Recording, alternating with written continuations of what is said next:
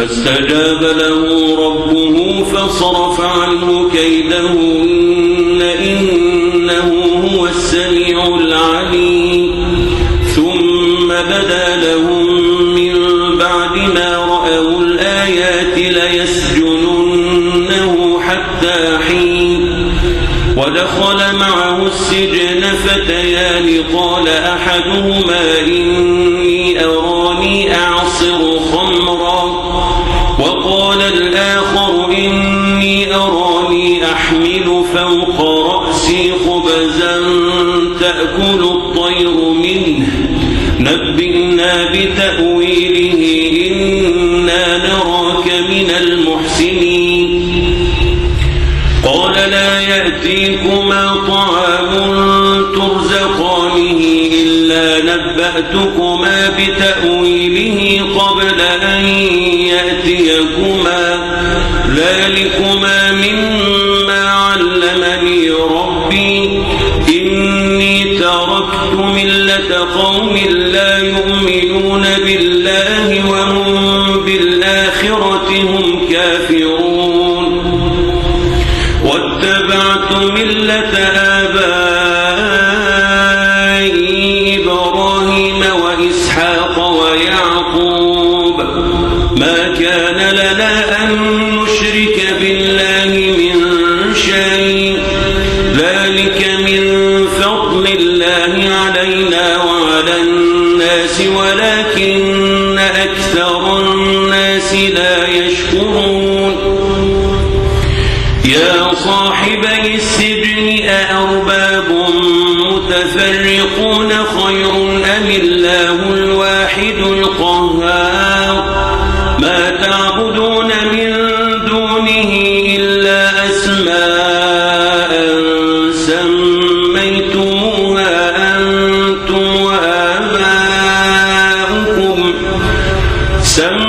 سميتموها أنتم وآباؤكم ما أنزل الله بها من سلطان إن الحكم إلا لله أمر أن لا تعبدوا إلا إياه ذلك الدين القيم ولكن أكثر الناس لا يعلمون يا صاحبي السجن أما أحدكما فيسقي ربه خمرا وأما الآخر فيصلب فتأكل الطير من رأسه قضي الأمر الذي فيه تستفتيان وقال للذي ظن أنه ناج منه اذكرني عند ربك فأنساه الشيطان ذكر ربه فلبث في السجن بضع سنين وقال الملك إني أرى 7 بقرات سمان يأكلهن 7 عجاف و7 سنبلات خضر وأخر يابسات يا أيها الملأ أفتوني في رؤياي إن كنتم للرؤيا تعبرون قالوا أضغاث أحلام وما نحن بتأويل الأحلام بعالمين وقال الذي نجا منهما وادكر بعد أمة أنا أنبئكم بتأويله فأرسلون يوسف أيها الصديق أفتنا في 7 بقرات سمان يأكلهن 7 عجاف و7 سنبلات خضر وأخر يابسات لعلي أرجع إلى الناس لعلهم يعلمون قال تزرعون 7 سنين دأبا فما حصدتم فذروه في سنبله إلا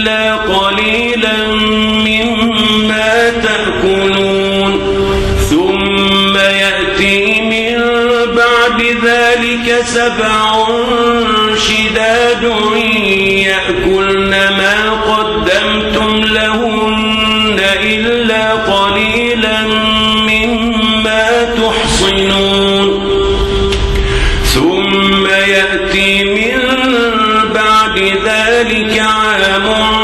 فيه يغاث الناس وفيه يعصرون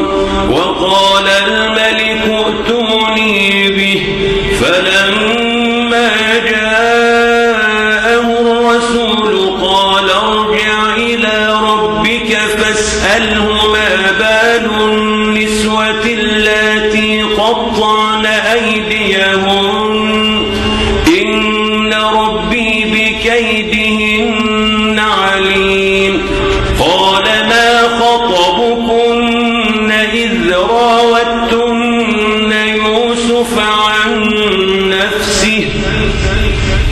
قلنا حاش لله ما علمنا عليه من سوء قالت امرأة العزيز الآن حصحص الحق أنا راودته عن نفسه وإنه لمن الصادقين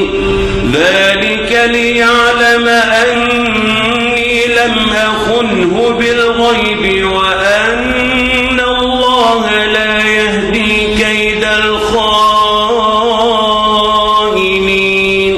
وما أبرئ نفسي إن النفس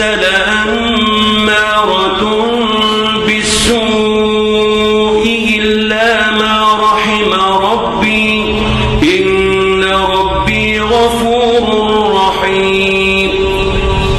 وقال الملك ائتوني به أستخلصه لنفسي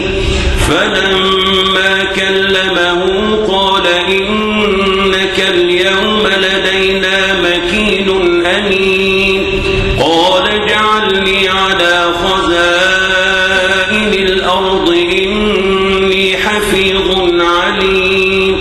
وكذلك مكنا ليوسف في الأرض يتبوأ منها حيث يشاء نصيب برحمتنا من نشاء ولا نضيع أجر المحسنين ولأجر الآخرة خير للذين آمنوا وكانوا يتقون وجاء إخوة يوسف فدخلوا عليه فعرفهم وهم له منكرون ولما جهزهم بجهازهم قال ائتوني بأخ لكم من أبيكم